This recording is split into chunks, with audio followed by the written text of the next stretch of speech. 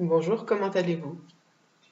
La plupart vont répondre bien sans forcément développer, mais c'est pas totalement vrai. Et d'autres vont répondre pas très bien, mais c'est pas totalement vrai non plus. Je dirais que c'est plus une question de vision. Soit on va vouloir privilégier la vision positive, donc ça occulte pas pour autant le reste, hein. Soit au contraire, on va en premier lieu sans forcément y réfléchir, focaliser sur la partie négative. Mais c'est jamais tout noir ou tout blanc. Ce qu'il faut savoir, c'est que nous sommes un tout, donc notre corps, notre cœur, notre mental et notre âme, donc notre être intérieur, fonctionnent ensemble. Même si la plupart du temps, c'est plus facile de regarder qu'une seule partie. Les angles de vue scientifiques, psychologiques, spirituels, etc., sont quelque part aussi un choix de vision pour tenter d'expliquer notre fonctionnement. Mais quand on sait qu'on utilise qu'environ un seul tiers de notre cerveau, des capacités, on peut en déduire qu'aucune personne ne fonctionne de manière identique et qu'il y a toujours possibilité d'évolution possible en termes d'aptitude. On a toujours la possibilité de travailler sur soi et d'évoluer. Quand on dort, notre corps se repose, certes, mais il y a toujours des connexions, donc notre cerveau continue de travailler. Parfois, on se souvient de nos rêves, mais quand on rêve, on ne sait pas faire la différence justement avec le réel. On voit, on entend et on ressent comme si on le vivait vraiment. Donc, quelque part, c'est là qu'on se rend compte du pouvoir de l'inconscient, de l'émotionnel, qui nous donne vraiment l'impression de vivre donc notre rêve. Et d'ailleurs, donc les mêmes zones du cerveau sont activées que dans le cas d'une expérience réelle. Donc tout est relié. On n'a pas forcément conscience, mais pour le coup, on a à la fois la capacité de se guérir et de s'autodétruire. Lorsqu'on a des maux physiques, par exemple, c'est souvent pour rappeler finalement que ce qui ne s'exprime pas s'imprime sur le corps. Et si on cherche bien, on se rend compte que quelque part, il y a un cumul, une situation qui a pu préparer le terrain, ou simplement on ne s'écoute pas assez, on puise trop dans nos réserves également.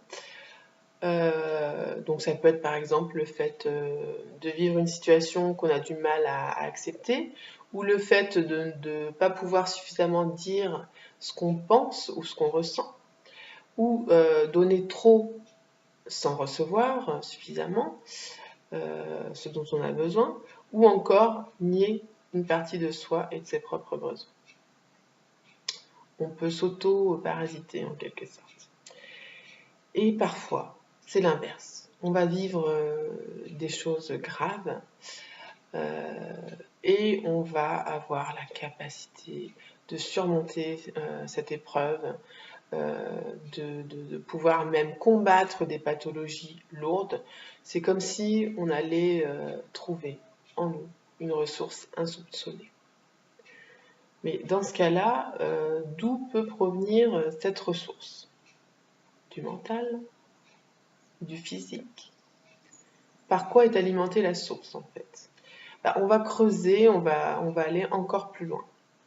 Parce que la source, donc qui peut paraître visible, donc si on prend l'exemple d'une petite étendue d'eau par exemple, elle-même, elle va puiser beaucoup plus profond. Albert Einstein disait « Tout est énergie ». On est composé de 9 systèmes vitaux. Donc de quoi sont faits ces systèmes? D'organes. De quoi sont faits ces organes? De tissus. De quoi sont-ils faits? De cellules. De quoi sont faites les cellules? D'atomes. De quoi sont faits ces atomes? De particules subatomiques. Et de quoi sont faits les particules subatomiques? D'énergie. Donc, pour dire que l'énergie est en nous, mais c'est pas fini. il y a aussi de l'énergie donc entre nous et donc en dehors de nous. Premier réflexe, bah non, c'est pas vrai, je la vois pas. Je vois rien, donc je pars du principe que ça n'existe pas. Mais si on y réfléchit bien, c'est un petit peu comme les ondes, je les vois pas, mais pourtant c'est bizarre, je les capte bien. J'ai la télé, j'ai le téléphone, j'ai Internet, etc. Et si on va encore plus loin, l'attraction terrestre. J'ai les pieds maintenus au sol. Quand je saute, je retombe. Il n'y aurait pas une histoire de gros noyau avec une force magnétique dans tout ça. Pas possible, non, puisque je le vois pas, je le comprends pas. Mais je suis pas tout puissant. C'est pas parce qu'il y a des choses que je ne vois pas, que je ne contrôle pas, que je ne comprends pas, qu'elles n'existent pas. Donc bon, admettons donc toute énergie en nous, entre nous. Comment ça marche? Encore une fois, contrôle, il faut tout expliquer. Bien sûr, c'est bien de comprendre, mais est-ce qu'on peut aussi accepter des choses sans forcément les expliquer? Constater, c'est déjà pas mal. Le résultat, c'est déjà pas mal.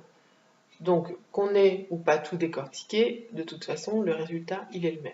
Donc, on va essayer de lâcher prise un petit peu. On a des connexions, là, autour, qui se font ou pas. On a de l'énergie, donc partout. Et on en a surtout, donc, en nous, bien sûr. Donc, on a 7 points que j'appelle entre guillemets réservoirs, mais qu'on appelle également donc centre énergétique ou chakra. Donc ça peut paraître simple, mais en fait il faut les remplir ces réservoirs et vérifier qu'ils sont bien connectés entre eux pour que ça circule correctement. Donc entre guillemets que les tuyaux soient pas bouchés ou ne fuient pas.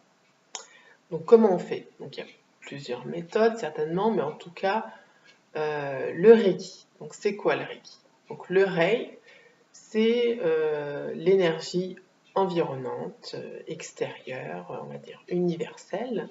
Et le Ki, donc pour les Japonais, qu'on appelle également Chi pour les Chinois, c'est notre énergie propre, donc en nous.